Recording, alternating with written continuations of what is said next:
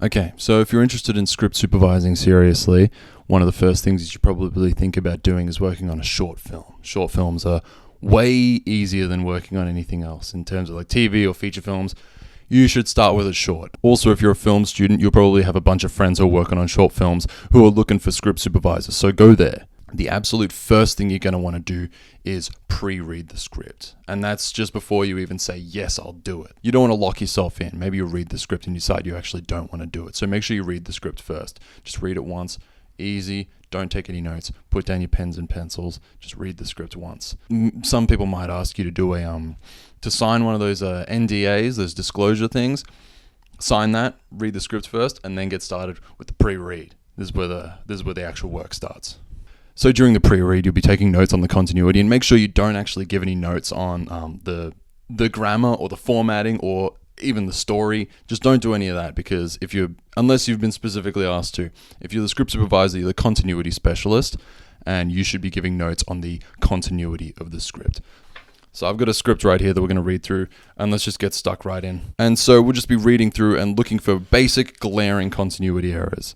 Really, really obvious stuff that's going to need to be changed or need to be amended. Right off the bat, there's a continuity error in scene 3. We know the scene takes place early in the morning, maybe around 9 or 10, and he's calling up one of his associates in Tokyo. Say, for example, we've gotten confirmation that this script takes place in New York City. His associate in Tokyo is talking about how it's lunchtime. This can't be the case. If you look up, even if you know like roughly what the time zones are like between the United States and in Japan, you know that doesn't translate. So that's going to be an issue. Another issue reading through is you can see Jessica, one of the main characters, she's talking about the takeaway coffee that she got on her way to work this morning. Now we know in the scripts that Jessica showed up late to work, so this might be like a reasonable excuse for why she showed up late. But we can see if we go back in time to scene 1, we can tell that there's a line here that says that her hands are full. Just holding a briefcase in one and a roll of documents in the other. Hands are full. How's she holding this cup of coffee? Think about it. That's another kind of thing that you want to be keeping an eye for in the pre-read. Another line in scene 4, just talking to her colleague Trish. And they're talking about this guy who works in the lobby, and his name is Harvey. But if we go back to the actual scene in the script, we can see that guy's name is really Harold.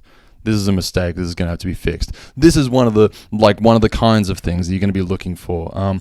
Pre-read is just a quick and dirty, really, really rough read through of the script, just to make sure that there's like really no glaring, obvious continuity issues. And you're going to be going through making notes of things like that. Like, this is a 7-page script. I only found 3 issues. If you're going through like a full like 40-page to 90-page to 120-page like feature script, you might even find only 1 or 2. You might find like 10. You might find 20.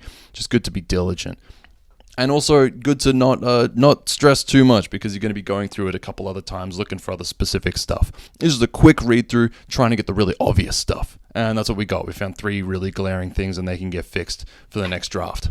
But now that we're done with the pre-read, the next thing we're going to be doing is the pre-timing, but I'll save that for the next video. Feel free to leave a comment if there's anything specific you want me to talk about in a later video, but other than that, I'll see you in the next one.